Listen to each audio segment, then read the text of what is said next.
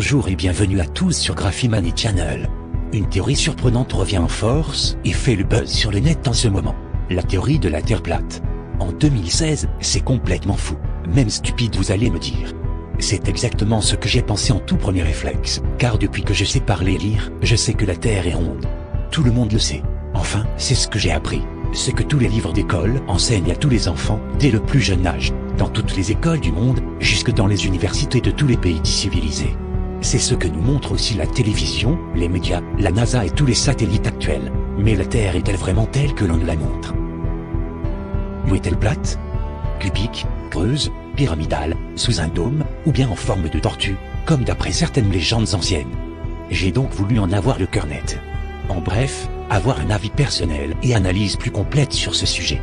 Je suis resté littéralement scotché en découvrant toutes les informations et les documents que je vais vous dévoiler dans cette vidéo.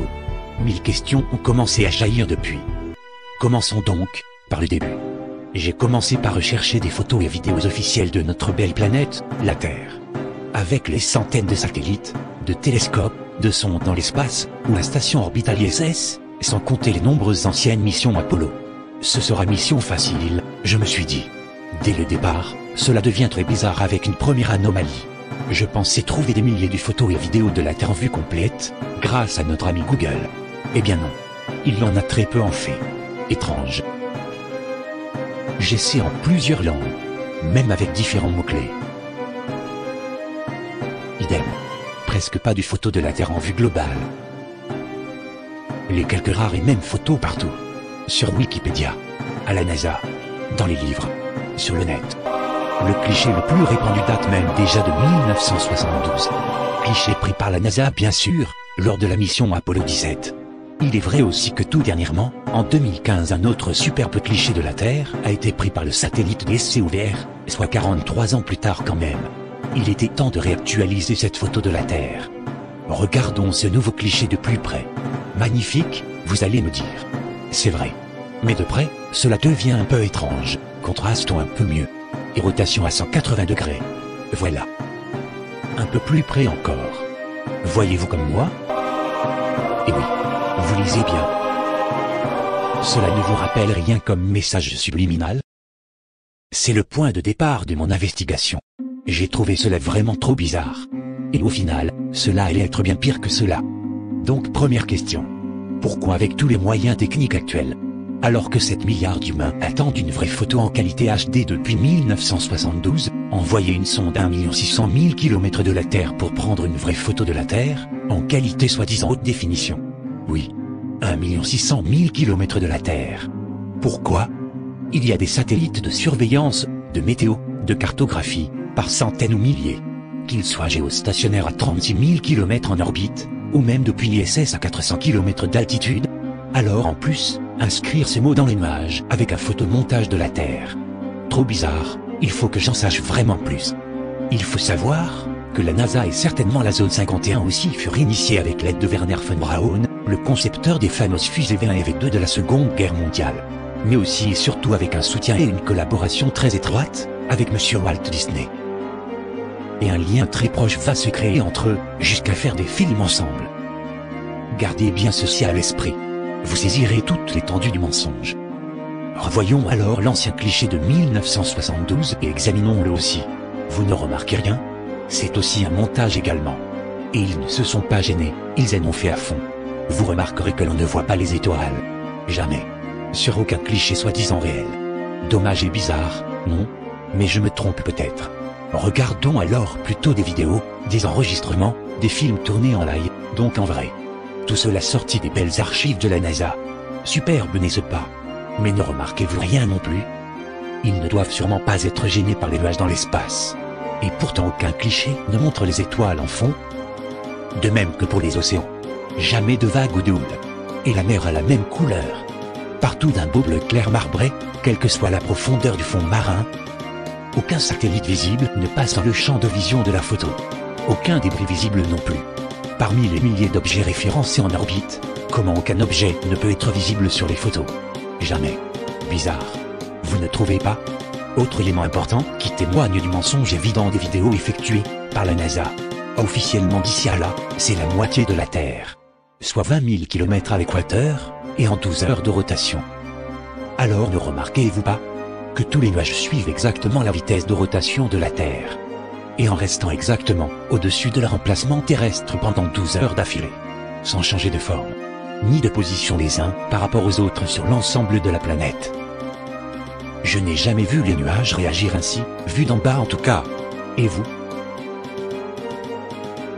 Donc jusque-là, sur aucune des photos ou vidéos officielles, on ne voit ni étoiles, ni satellites, ni débris spatiaux. Aucun relief marin de vagues, de houle, ni de profondeur d'océan, ni de nuages avec des mouvements, de dynamique des fluides. Que croire sur la véracité de ces images, qui semblent bien, toutes faites par infographie? Rien n'est donc réel, tout est donc faux? Mais il y a bien les satellites GPS, vous me direz. On s'en sert tous les jours ici sur Terre. Et c'est là que le doute continue. D'après les dernières investigations sur le fonctionnement réel du système GPS, il semblerait qu'il soit de nature terrestre et non satellite. Oui, des relais terrestres. Ce ne serait qu'une émulation ou amélioration d'un ancien système de relais terrestres, appelé programme LORAN. Cela explique-t-il le fait que l'on n'en voit aucun? Mais tous les satellites météo alors? Cela c'est sûr, ils existent bien. Ah bon? Pas si sûr. Ou pas tous en tout cas. J'ai cherché des images météo vues par satellite, en images réelles. Des images, des tornades, vues par satellite en réel au journal météo. J'ai pas trouvé. Seulement et uniquement des images ou vidéos retouchées, par infographie. Donc là aussi, tout semble faux. Ou dirais-je peut-être plutôt dissimulé à nos yeux et à notre conscience. Gardez tous ces éléments à l'esprit, nous y reviendrons un peu plus loin. Alors, la Terre est-elle plate? Je ne saurais pas le dire maintenant. Je sais en tout cas ce qu'elle ne peut être sur ces images. Certaines vidéos de la station orbitale ISS tendent à supposer la rondeur de la Terre. Mais tout cela, c'est encore la NASA. Vous savez quoi rechercher avec, maintenant? D'un autre côté, c'est à se demander si ce n'est pas un effet d'optique. Une déformation voulue ou pas, créée par la lentille des caméras. Regardez ceci par exemple. Une vidéo d'une caméra GoPro fixée sur une fusée roquette, qui monte à une centaine de kilomètres de haut environ. Pour savoir, la station ISS est en orbite à 400 km en moyenne. Regardez bien maintenant. Un coup, la Terre est bien ronde. Un coup, la Terre est creuse. Ou concave. Même très concave je trouve. C'est selon la rotation de l'objectif, et le passage dans les angles de capteurs de caméra et d'optique. Étonnant. Alors, norme des lentilles mondiales, qui déforme et arrondit le point infini dans les angles ou les bords. Regardez maintenant, ces vidéos filmées à différentes altitudes par des personnes dites non officielles. Ne remarquez-vous pas que c'est quand même très plat? Pour une Terre si ronde? Alors que penser de tout cela? Cela veut-il dire qu'on peut nous faire croire à toutes les formes possibles? Mais le plus étrange, c'est que les autorités spatiales nous cachent la simple vue de la Terre, dans son aspect ni normal et naturel et depuis des dizaines d'années. Cela prouve-t-il que la Terre est plate? Non. Bien sûr que non. Cela témoigne par contre, qu'on nous ment au-delà de la raison. Que cache-t-il? Que le budget spatial, avec l'aide des studios Disney, au lieu de recherche et mission spatiale, ont créé le plus grand show télévisé au monde, pour des milliards de dollars, et investi le reste du budget dans l'armement secret. Souhaitons tous que non. C'est fou, non? Je n'ose y croire. Ou alors, se peut-il que la Terre n'est pas si petite, qu'on nous le montre à nos yeux, et des terres dites non officielles seraient cachées à l'humanité? Pourtant, un doute surgit en regardant de près le logo de l'ONU. Il correspond, non seulement à la carte supposée de la Terre plate dans sa structure parfaite, mais vous pouvez voir que l'Antarctique, le pôle sud, n'est pas représenté sur le plan. Bizarrement, les deux palmes ou lauriers semblent le remplacer. Il semble même entourer presque complètement le reste de tous les pays connus. Est-ce un message ou un symbole caché? Vit-on dans un enclos ou un dôme, encerclé par un monde qui nous est interdit? À chacun de nous de pouvoir y répondre. Sachez aussi qu'il est interdit à tout avion, à tout bateau, de franchir le 60e parallèle sud. Pour quelque raison que ce soit. Hors dérogation rare, réservée exclusivement aux scientifiques, officiellement. Cela explique peut-être alors, en regardant la carte de la Terre plate, les trajets de 99% des avions du monde. Sachant qu'on ne peut franchir ce 60e parallèle, sachant que le système GPS est probablement sur Terre uniquement. En tout cas pour le grand public. Sachant les trajectoires effectuées par les avions de ligne dans le monde. Comment peut-on demander de tels trajets aux avions, si la Terre est ronde, alors que le chemin semble logique, si elle est globalement plate? On comprend pourquoi les avions ne peuvent franchir la partie sud des océans en direct. Il y a de quoi se poser 1000 questions encore. C'en est presque à regretter la théorie de la Terre tortue. Elle est à la fois presque plate et concave, et creuse aussi, et un peu ronde. Comment est donc la Terre au final? Je ne sais plus vraiment. J'avoue. Il est temps pour notre conscience, celle de l'humanité, pour le respect de la Terre et de la vie, de ne plus laisser de tels mensonges nous polluer l'esprit et la mémoire. Nous ne devons plus accepter qu'on nous abrutisse par de tels moyens. Nous devons la vérité. Nos responsables politiques, militaires et services spatiaux, aussi. Amis de la Terre, enfants de Gaïa, amis ufologues, chercheurs de vérité, et curieux du monde. Soyons unis. Soyons ouverts. Soyons aware. Ne laissons pas le mensonge envahir notre esprit et notre monde. Voici une courte compilation de vidéos depuis l'espace. Essayez de repérer un seul satellite. De voir au moins un seul, des 21 000 débris spatiaux en orbite, et suivis officiellement. Regardez le mouvement des nuages. Le manque d'étoiles. L'aspect des océans.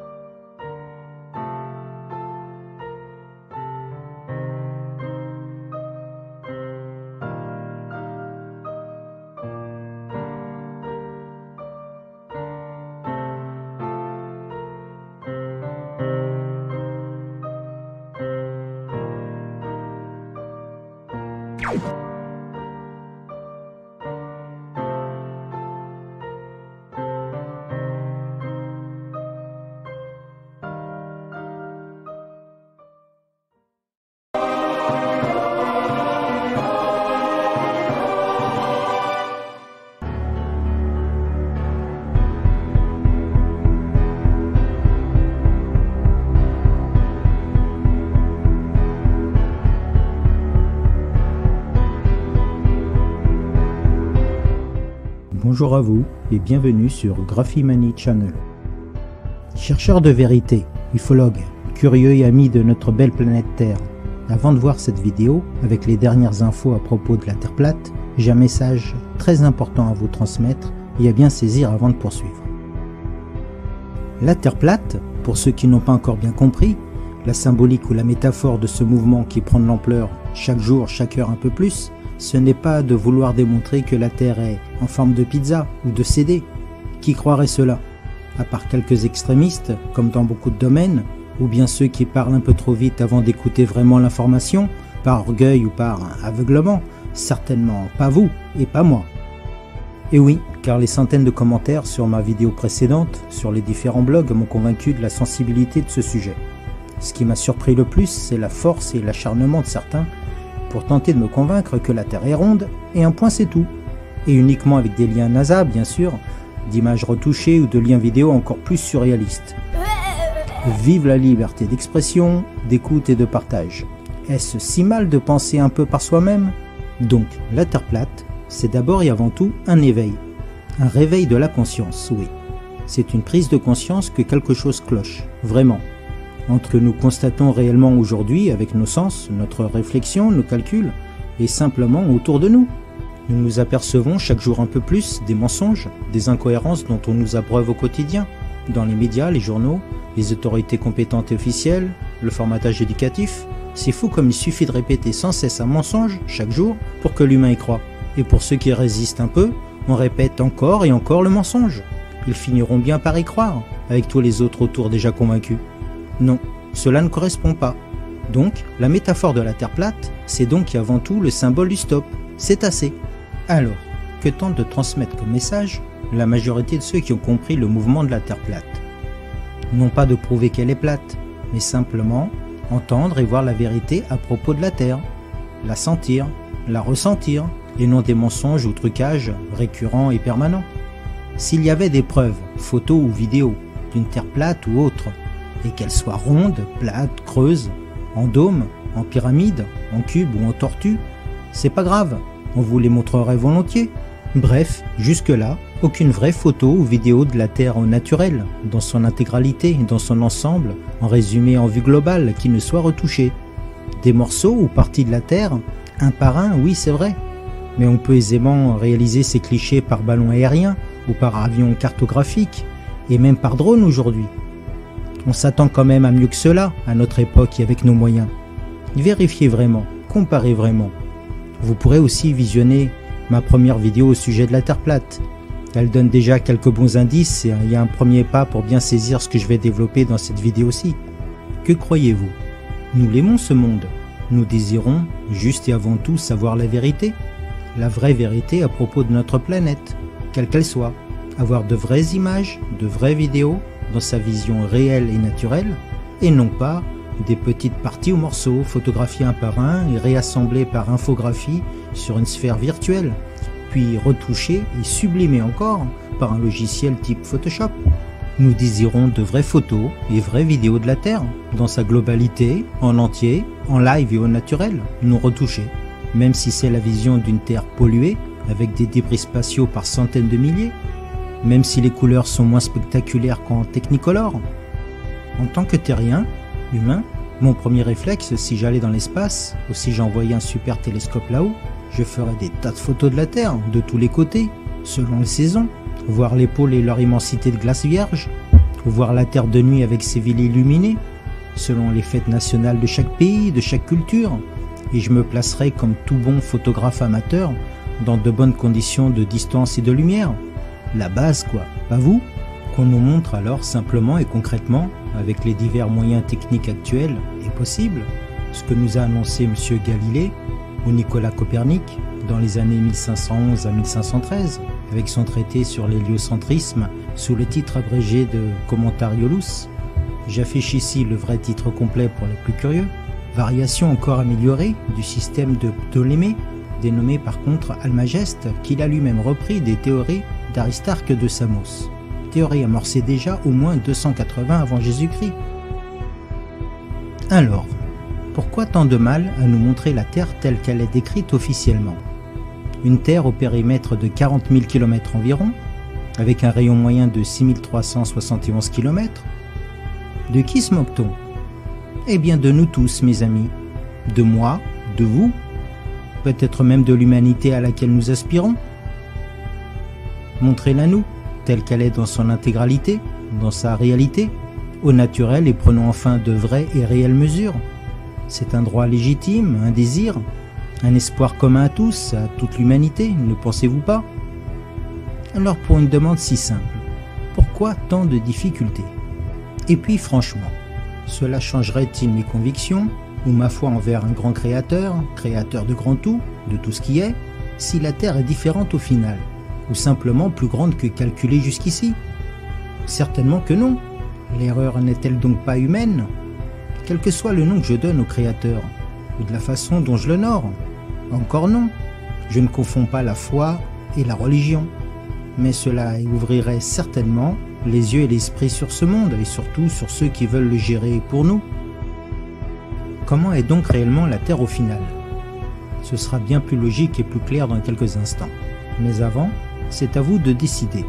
Si vous voulez vraiment savoir, si vous voulez ôter quelques filtres qu'on vous applique depuis bien trop longtemps, si vous voulez encore plus ouvrir votre conscience à ce monde, ou si par contre, vous préférez ne pas savoir, ne pas voir, ne pas entendre. Libre à vous. Alors, il est encore temps de zapper cette vidéo dès maintenant. Je vous demanderai seulement d'écouter les informations énoncées, de ne pas croire aveuglément ce que je vous annonce, mais simplement de le vérifier par vous-même.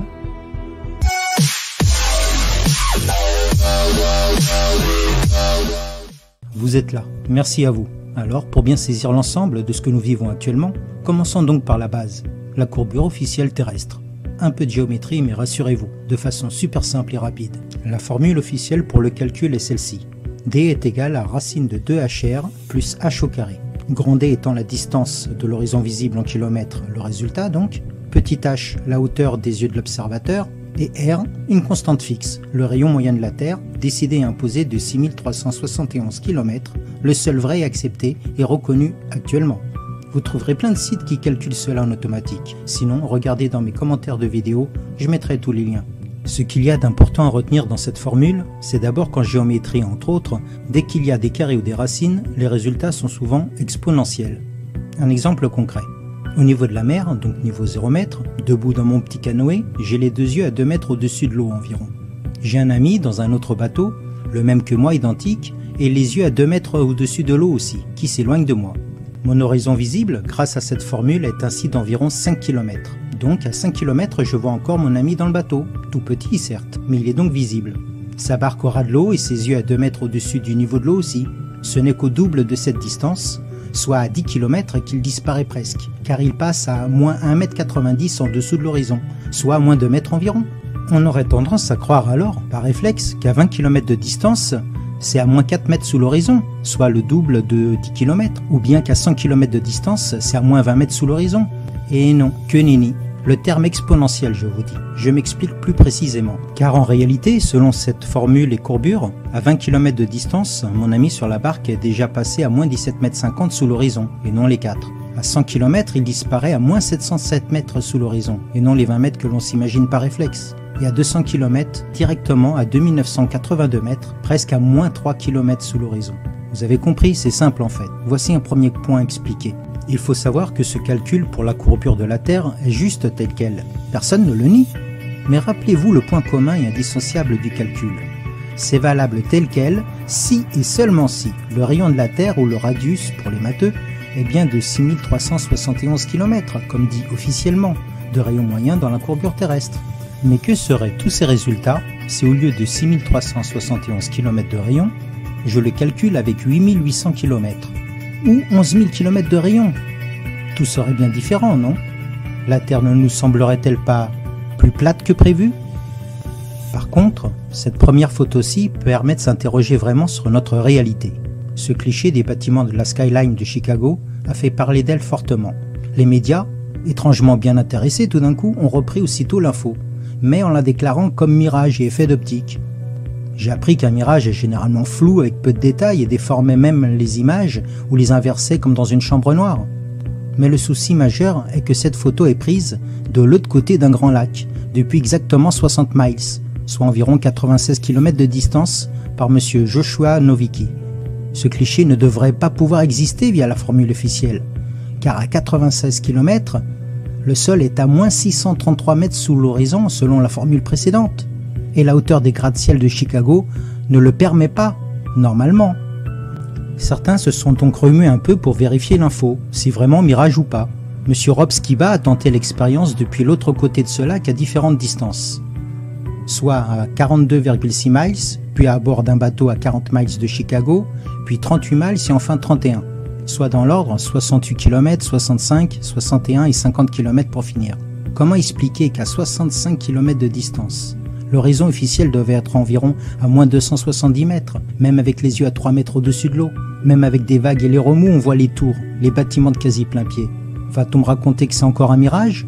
Ou cela démontre bien et simplement que le rayon de la Terre est faux, si je vois cela? Ce n'est pas le seul cas répertorié. De nombreux cas sont en cours de divulgation.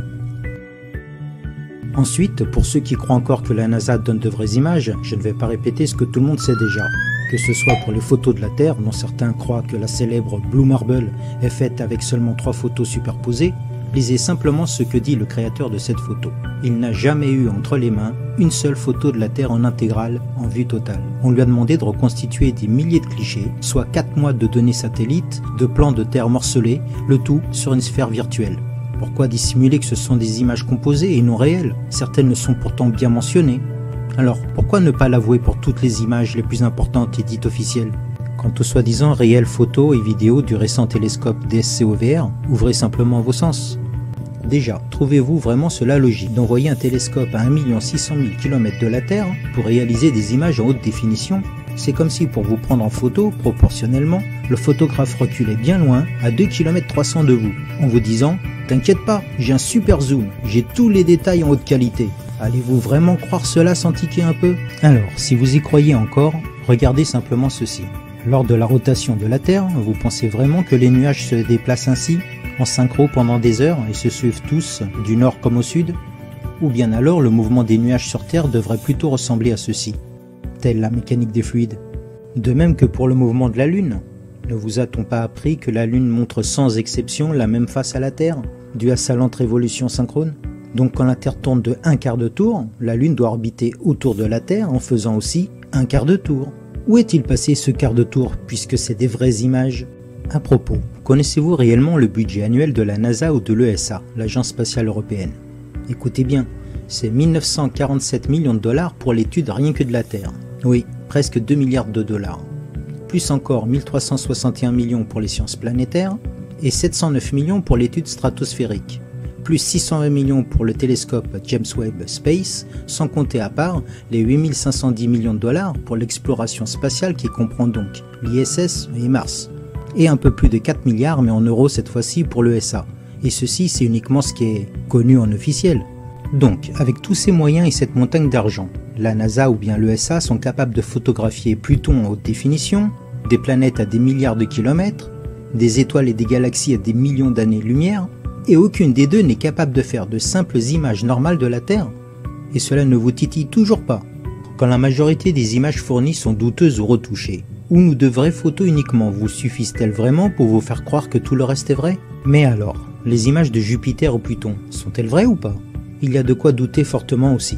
Regardez ces images récentes d'une magnifique aurore boréale sur Jupiter. Magnifique, n'est-ce pas? C'est ce que je me disais, jusqu'à ce que ce cliché-ci réapparaisse des archives. Vous ne remarquez rien non plus? On a simplement repris un ancien cliché, déjà faux à l'époque, sur lequel on rajoute un simple halo. Comme si 2 ans plus tard on reprenait le même angle et la même distance pour refaire la photo sans que la tache rouge de Jupiter n'ait changé entre temps et qu'on ait calibré la sonde exactement au même timing. Et même pour l'ISS, la Station Spatiale Internationale. Êtes-vous resté 1 heure ou plus devant les transmissions en live en direct de l'ISS? Essayez au moins une fois, cela vaut le coup. Ils savent bien qu'au bout de 10 minutes, en majorité, vous zappez tous. Mais restez plus longtemps, faites cet effort et regardez bien, vous ne serez pas déçus. Logiquement, l'ISS fait une orbite complète toutes les 92 minutes. Et chaque fois qu'elle passe du côté nuit, quand cela ne coupe pas bien sûr, au lieu de voir des belles images telles que celle-ci, il nous montre plutôt bien souvent cela. Plus de lumière, dans aucune ville, dans aucun pays, plus d'orage ou d'éclairs, ne parlons même pas des étoiles. Et si vous voulez encore plus, mettez en simultané les caméras avant et arrière de l'ISS et comparez les images soi-disant simultanées en direct live. Regardez bien les mouvements des nuages, tous synchro. Regardez si vous apercevez des terres ou des pays, comme ici. Alors, où est le vrai, où est le faux? Bizarre, hein? L'argumentation de tout ceci, je vous rappelle, n'est pas de prouver que la Terre est 100% plate, mais déjà pour l'instant de vous démontrer que ce n'est en aucun cas ce que l'on vous montre officiellement. Une Terre ronde de 6371 km de rayon, telle que sur toutes ces photos ou vidéos truquées. C'est évident et malheureusement réel. Je veux bien qu'on ait de temps en temps des images retouchées pour sublimer artistiquement une belle image, mais que l'on n'ait que cela à digérer en permanence et aucune vraie photo ou vidéo non retouchée, j'ai vraiment du mal, pas vous? Certains d'entre vous tentent de se réconforter d'une belle sphère de 6371 km de rayon avec ce genre de démonstration vidéo. Regardez d'abord ces quelques exemples de tentatives désespérées. Ne remarquez-vous rien sur chaque vidéo? Les vagues, la houle assez prononcée, et des démonstrations à chaque fois sur de courtes distances? Imaginez simplement des vagues de 1 mètre de creux entre vous et l'horizon.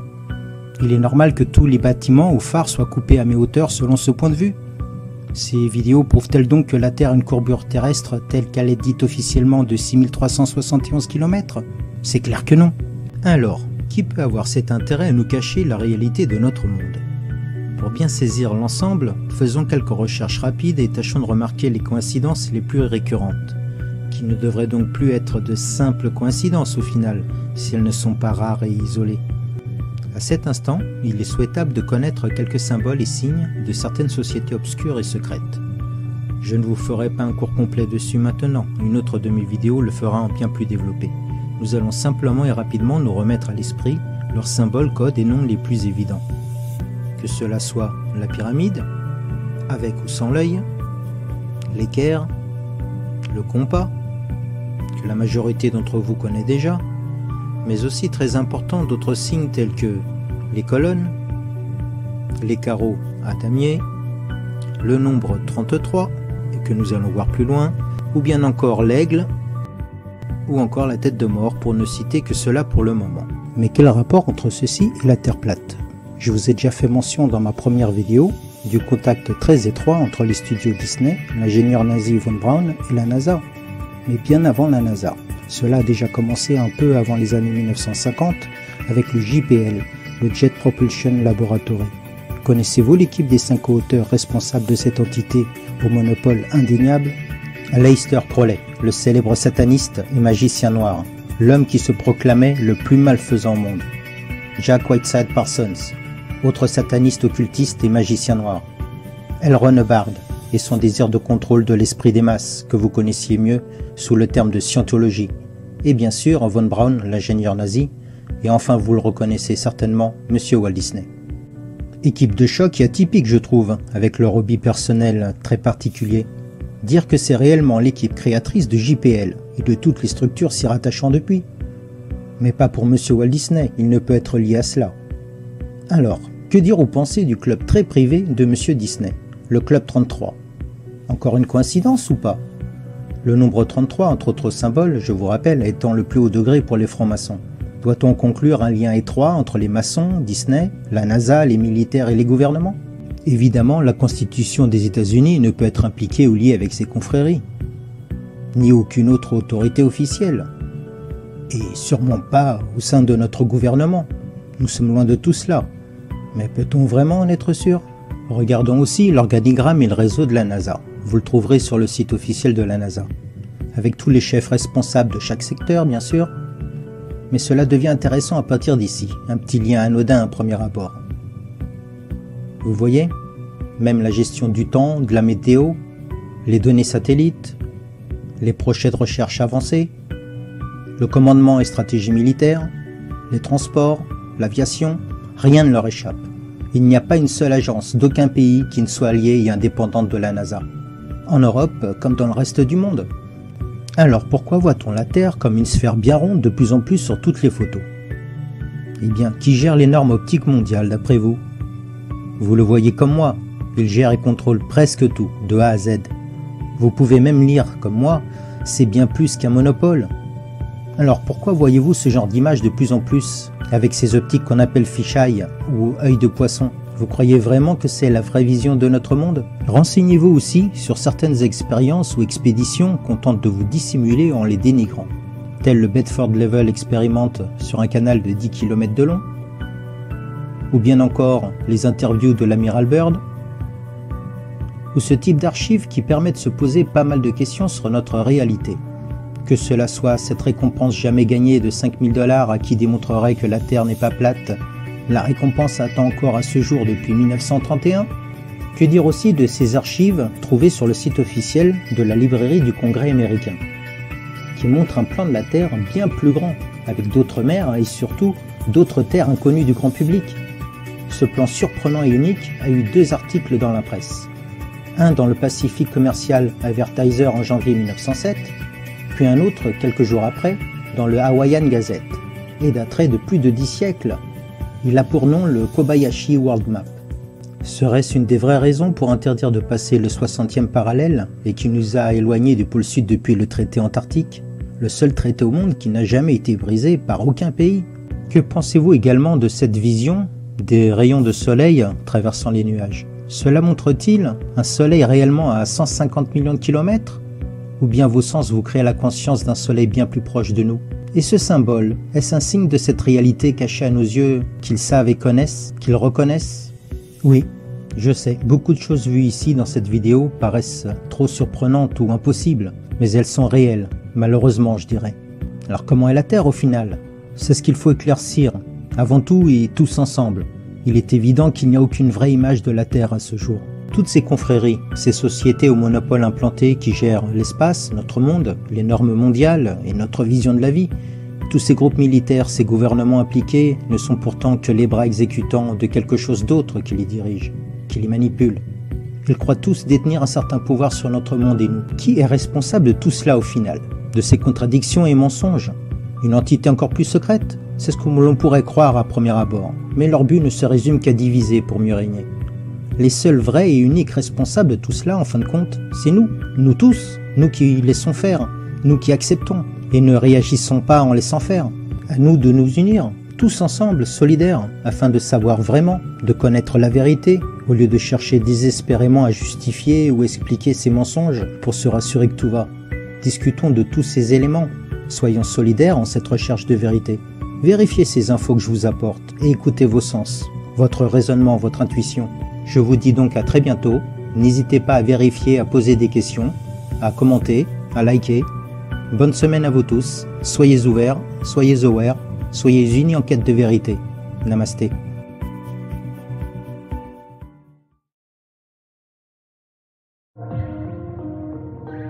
Five, four, three, two, one, zero. Bonjour à vous et bienvenue sur Graphimani Channel. Chercheurs de vérité, ufologues, amis de la Terre, du web et curieux du monde, merci à vous tous pour votre soutien et curiosité envers mes deux dernières vidéos et merci à vous qui percevez le message que je tente de transmettre en termes simples et accessibles. Alors c'est parti, poursuivons notre enquête et débutons cette nouvelle analyse par l'ISS, la Station Spatiale Internationale, magnifique prodige de technologie. Je précise que ce fond derrière moi en ce moment est un montage, une animation réalisée par ordinateur. Ceci pour vous montrer la facilité à ce qu'une vidéo paraisse vraie si on n'est pas très attentif. Ceci pour les quelques trolls récurrents et irréductibles qui ne font pas bien la différence entre image vraie et animation CGI. Mais on ne peut pas vraiment en vouloir à ceux qui ne sont pas encore vraiment conscients, ne serait-ce que d'eux-mêmes. Donc comme promis, j'ai poursuivi un peu plus loin mes recherches sur les anomalies de ce monde et j'ai le plaisir de vous présenter dans cette vidéo des éléments vraiment intéressants.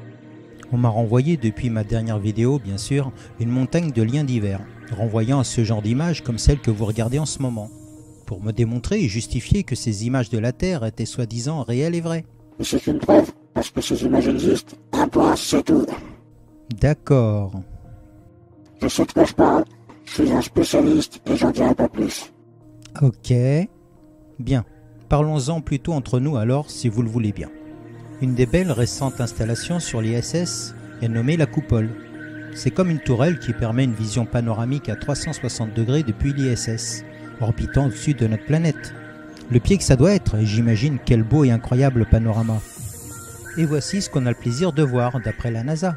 Je vous laisse d'abord en profiter un instant avant d'être vraiment et totalement déçu par ce faux et grossier montage. Me prennent-ils vraiment pour des gentils moutons? Et à quel point? Je vais vous montrer de suite. D'abord, pour pouvoir observer la Terre de cette façon, il faut connaître la hauteur de l'orbite de l'ISS autour de la Terre. Donc, merci Wiki. Nous pouvons lire ensemble. Périapside, 330 km. C'est l'orbite la plus basse de l'ISS. En dessous, risque de décrochage. Et l'apoapside, à 420 km, c'est l'orbite la plus haute ou éloignée, bref, le point culminant de l'orbite elliptique. Donc, orbite de l'ISS entre 330 et 420 km, mini-maxi. Ouvrons notre outil sympa que vous reconnaissez tous et faisons une comparaison par simulation. Vous pourrez tous essayer cela chez vous. Vous trouverez la hauteur de vue en bas à droite. Vous remarquez tous mieux maintenant que c'est impossible, placé entre ces deux orbites, de voir la Terre de cette façon, comme montré sur ces soi-disant vraies images de la NASA, et que de plus, sur toutes les autres images visibles et fournies par la NASA, l'orbite de l'ISS est en réalité si basse que nous devrions voir au moins tous les détails comme ici. Les reliefs, la végétation, les points d'eau, les dunes. Bref, commencez à saisir. Mais passons à mieux encore. Repassons encore cette vidéo depuis la coupole, juste pour vérifier à quelle distance il faudrait monter en orbite de l'ISS pour voir la Terre ainsi. Vous pouvez lire comme moi, au minimum 16 000 km, au lieu des 420 maxi possibles, soit à plus de 40 fois la distance officielle et actuelle de l'ISS. Oui, 40 fois plus loin. Alors, réel ou pas? Mais de plus, regardez bien le mouvement de rotation de la Terre à travers les hublots de la coupole. Et comparons avec une simulation de la rotation de la Terre, que je place avec le même sens de rotation bien sûr. Et regardez bien, le parallélisme avec la rotation de la Terre, les continents, et regardez à nouveau ceux des hublots de la NASA, les uns par rapport aux autres. Vous ne remarquez rien? Tous en différents sens, entrecroisés? Mais que nous font les graphistes de la NASA? À votre avis?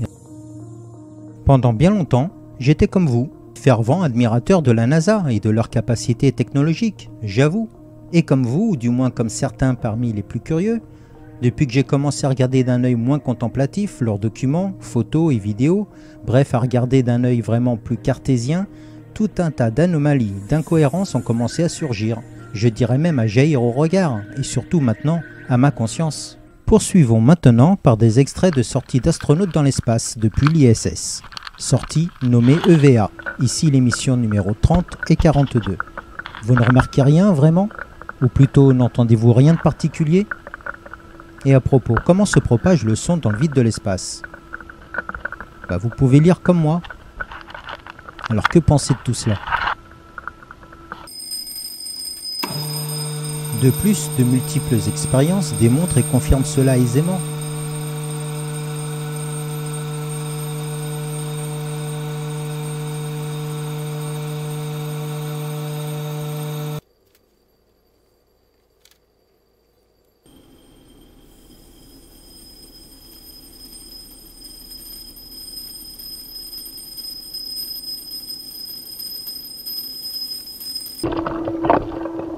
Et puis entre nous, écoutez bien à nouveau.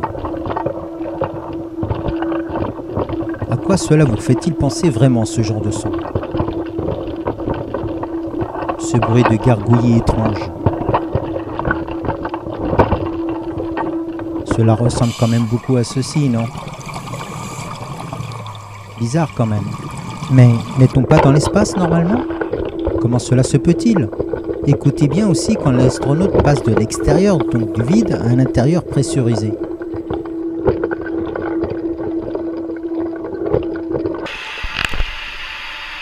Plus de bulles.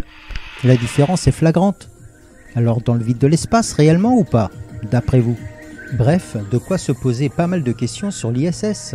La vue de la Terre, la distance de vision depuis la cupola, on va dire bizarre ou anormale. Et on a en plus maintenant le son étrange enregistré sur une GoPro, alors que dans le vide, pas de son normalement. Mais que de plus, ce son ressemble vraiment beaucoup à une plongée sous-marine. Mais ils ne peuvent pas être dans l'eau à bord de l'ISS. Pas comme lors des entraînements sur Terre quand même. La NASA ne peut nous faire une chose pareille. Et ne serait-ce pas des bulles? Oui, ici. Et encore ici. Et que voit-on là? Un plongeur en bouteille dans l'ISS, dans l'espace. Que dire? Que penser avec tous ces indices et faits surprenants? Passons maintenant à une autre série tout aussi étrange de la NASA. Nous avons tous vu ces belles images de levée de terre vues depuis la Lune, que ce soit avec les anciennes missions Apollo ou la sonde japonaise Kaguya plus récemment. Déjà, regardez bien.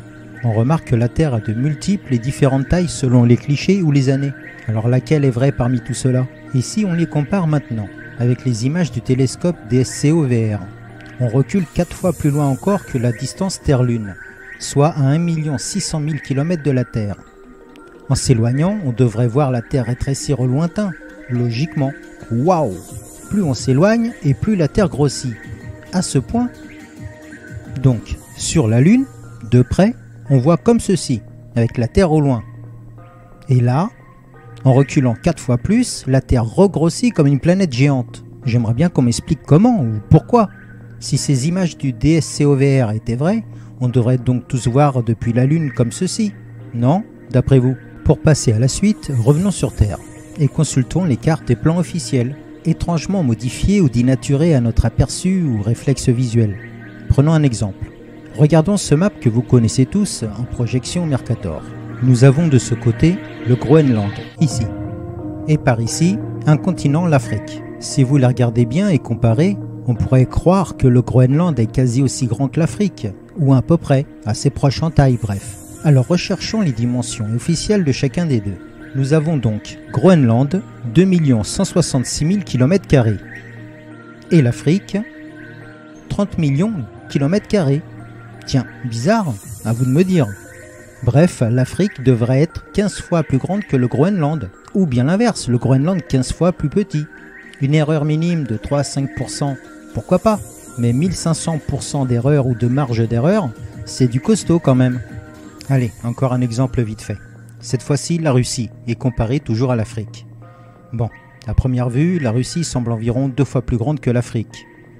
Recherchons donc la superficie de la Russie. Voilà, 17 millions de kilomètres carrés. Et toujours 30 millions pour l'Afrique. Donc en réalité, la Russie est presque 2 fois plus petite que l'Afrique, et non l'inverse, comme suggéré par ces cartes. Cherchez aussi de votre côté, vous en trouverez d'autres. Bien sûr, c'est de la projection Mercator qui déforme les tailles, mais à ce point, c'est pas évident à comprendre. D'un réflexe visuel jusqu'à l'empreinte de notre inconscient, il n'y a qu'un petit pas. Alors dans quel intérêt tout ceci et à quel point? D'après vous, qui fournit les cartes, les normes? Qui gère la géopolitique mondiale? Revoyez mes 2 dernières vidéos, il y a les indices. Et enfin, une dernière anomalie, une vraie perle à propos de l'ISS.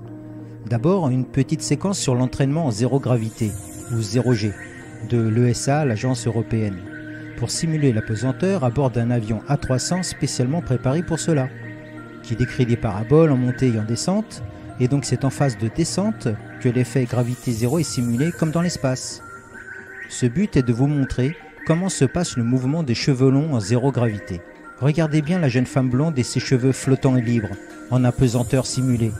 Admirez la liberté de mouvement de la chevelure. Retournons maintenant à bord de l'ISS avec une femme astronaute. Cheveux longs également, mais brunes. J'imagine que la couleur des cheveux ne change pas la réaction ou le mouvement des cheveux. Regardons bien, que se passe-t-il? Les cheveux paraissent en l'air comme en apesanteur, pourtant ils sont tous solidaires, comme fixés par 2 litres de lac. Pourquoi? Oui, pourquoi ne pas les avoir fixés alors normalement si c'est laqué? Ou est-ce pour nous faire croire à l'apesanteur dans l'espace? C'est à nous tous, à moi, à vous, de chercher à comprendre, de vouloir voir ce qui est réel ou pas.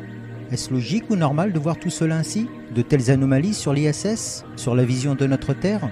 À vous de répondre ce que vous aimeriez voir ou avoir réellement. Je vous dis à bientôt pour un prochain épisode. Soyez ouverts, soyez curieux, soyez aware. Belle semaine à vous. Namasté.